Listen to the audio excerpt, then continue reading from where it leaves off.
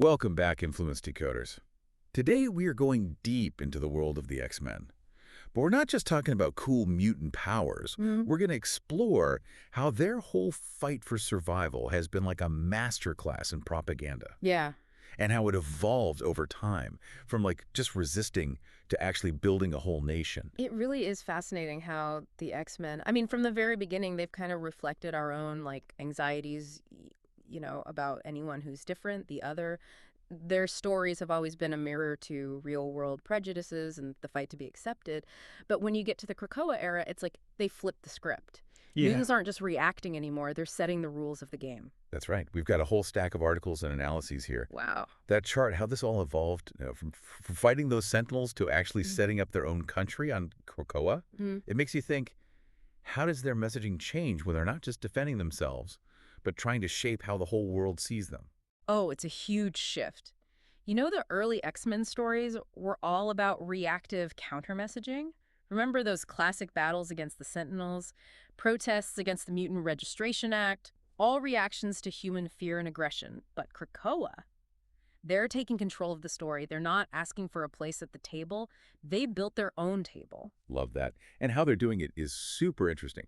One article here talks about mutant exceptionalism, like how it's woven into Krakoa's propaganda.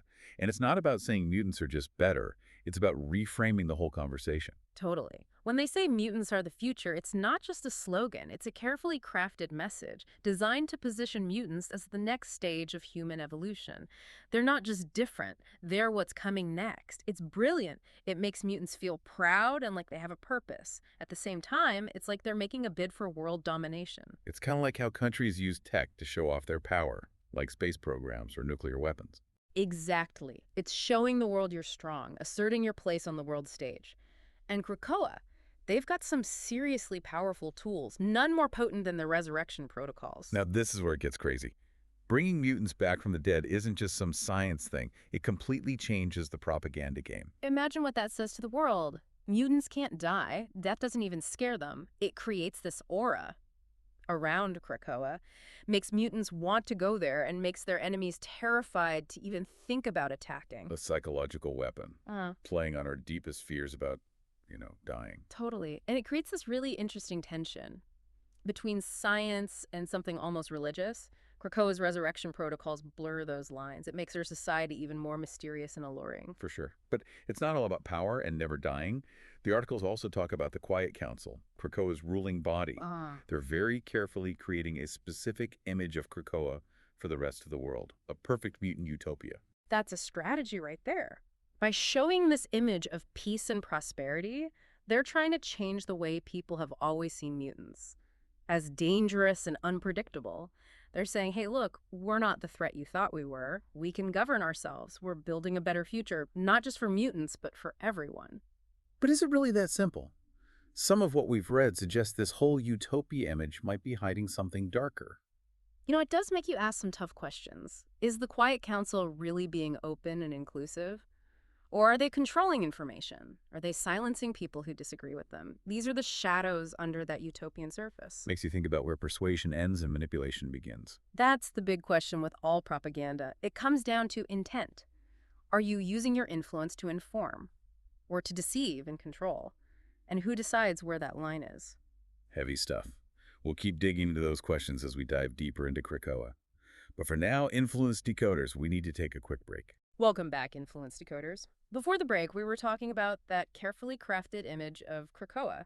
It's a society with all these amazing advancements, like bringing mutants back from the dead, but it also brings up some real ethical problems. It's a strange mix, isn't it? This incredible power over death, but then the potential for that same power to be misused, or even used as a weapon. That's the thing about the X-Men in this Krakoa era. They made this place that looks like utopia, but it's built on a foundation of power that could be used for good or for bad. Yeah. One of the articles we have here goes deep into those moral issues of the resurrection protocols. It says that being able to bring mutants back from the dead is a powerful symbol of hope and resilience, but it also creates a whole bunch of new ethical dilemmas. Right, like who gets to decide who comes back? Is there some ranking of who's more worthy? Or are all mutant lives considered equal? And what about the effect on the mutants who are resurrected? Are they really the same after they've died? Yeah, it's like opening Pandora's box. You fix one problem, death. But then you get all these new problems you never even thought about. And it reminds you of some of the inequalities in our world, like access to healthcare. In a lot of places, only rich and powerful people can get those life-saving treatments. The poor and marginalized don't get the same chance. Is Krakoa doing the same thing, even if they don't mean to? That's a disturbing thought.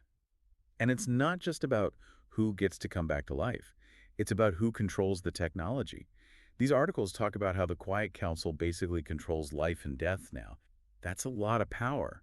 Power that could so easily be abused. Imagine if they threaten not to resurrect people who disagree with them, or to force everyone to conform.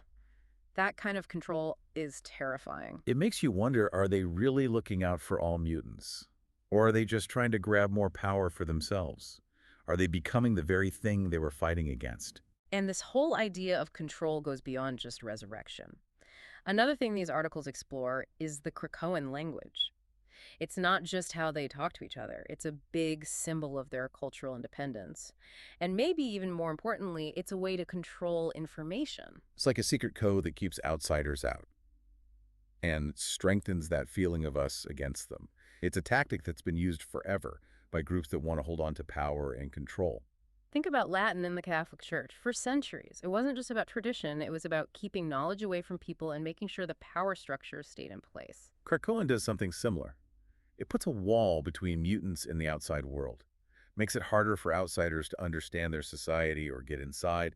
It helps them keep their secrets. But it also makes you wonder about how open and accountable they really are. It makes you wonder, is this really the kind of society Professor X wanted? One built on secrecy and exclusion? Or is it something they need to do to survive? To protect themselves from a world that still fears and distrusts them? It's a complicated issue. No easy answers. Mhm. But it shows how the X-Men story is really about those real struggles in our world. For power. For the right to be yourself. For the right to define your own identity. And it's not just threats from the outside. These articles point out there are problems within Krakoan society, too. Groups like X-Force. Basically, they're secret agents. They operate in the shadows, doing things that are morally questionable. The classic dilemma. Does the end justify the means? Are they willing to abandon their values to protect their new nation? When does that compromise become betraying everything they stand for? Yeah, it's a slippery slope. And it raises the question, is Krakoa really a utopia? Or is it just another example of power corrupting the people who have it? Are they becoming the same oppressors they fought so hard to escape? It's a pretty sobering thought, especially when you think about how the X-Men stories could explore even darker sides of human nature. But let's change gears a bit. Let's talk about some of the most important events in X-Men history. The stories that really shook their world and forced them to confront questions of survival trauma. What it means to exist. We're talking about things like House of M and Decimation. Those weren't just superhero battles. They were profound explorations of loss and fear, and the fragility of hope. Welcome back, Influence Decoders. We've been uncovering all the layers of Krakoa, this mutant nation dealing with power, ethics, and that constant threat from humans. But now in this last part, we're going to look at how the X-Men face something even trickier: disinformation. Yeah, it's a battle for the truth. The stuff we've been reading paints a pretty scary picture. Media manipulation, governments twisting the facts, even religious extremism, all used to make mutants look bad and keep them under control. It's not just fighting robots and bad guys anymore. They're fighting against stories designed to wipe them out. Makes those old fights against Sentinels seem almost simple. Now it's a much smarter enemy. The people who control what everyone believes. Right. You see those familiar villains like Boulevard Trask, the guy who created the Sentinels? But now he stands for something way bigger. The whole military-industrial complex, making money from fear and building the tools of oppression. And then there's the media. So powerful in shaping what people think. The articles point to people like Senator Robert Kelly using inflammatory rhetoric to make mutants seem like monsters, to justify those awful registration acts. Classic tactic. Scapegoating. Making one group the enemy to hold on to power. The X-Men comics, even back in the 60s, were showing us what was happening in the real world, like McCarthyism and that Cold War paranoia, that thing where we always got to have an enemy to blame for all our problems. And it's still happening today. Think about how fast stories get twisted to fit someone's agenda, especially now with social media and all that fake news spreading like wildfire. The X-Men stories really show how easily that happens. How even institutions that mean well can get sucked into systems of control. Look at the Weapon X program, the government trying to turn mutants into weapons in secret. It reminds you of all those real-life examples of experimenting on people and abusing power. And it's not just governments either. The articles show how religious extremism is used against mutants, too. Characters like Reverend Stryker using the Bible to demonize mutants, a scary reminder of how beliefs can be twisted to serve hate. It's a warning about blind faith and how easily people are manipulated when someone plays on their fears and prejudices. But the X-Men, they don't just sit there and take it. They fight back with their own kind of counter-propaganda. And that's where Professor X is so smart. He knows that real change takes more than just force. He uses education, trying to show mutants as people and build understanding between humans and mutants. It's a long game for sure.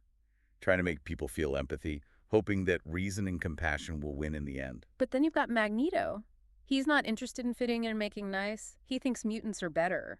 He wants a world where humans are the ones who are afraid. It's a pretty radical way of thinking, and it makes you think about power and how oppression just keeps going. Is he doing the same things to humans that mutants have suffered from for so long? It's a tough question. No easy answer. And that's one of the things that makes the X-Men story so powerful. It's not black and white. And in some of the newer stories, we see the X-Men being more proactive. They're using the media and technology to get their own message out there, to fight back against all those lies that have been told about them. It's about taking back their story, controlling how the world sees them. They're making their own platforms, creating their own media, using their powers to show all the good things mutants can do. They're not just reacting anymore, they're leading the conversation. And that's a powerful message, especially today, when it's so easy to manipulate information. The X-Men story reminds us we all need to be careful about what we believe and look for different viewpoints. It's about recognizing the tricks people use to manipulate us, and being willing to question the stories that try to divide us or shut down people who disagree. The X-Men teach us we can't just sit back and swallow whatever we're told. We need to be part of shaping the stories that define our world. So Influence Decoders, as we finish this deep dive into X-Men propaganda, we leave you with this. What stories are you being told? And who's telling them? Are you really thinking about those stories? Or are you just accepting them as the truth? The X-Men story is a call to action. It reminds us that we all have a part to play in fighting disinformation and building a world that's more fair and just. Don't forget to like, share, and subscribe to Decoded Influence, and let us know in the comments what other topics you want us to explore. Until next time, stay curious, stay critical, and keep decoding the world around you.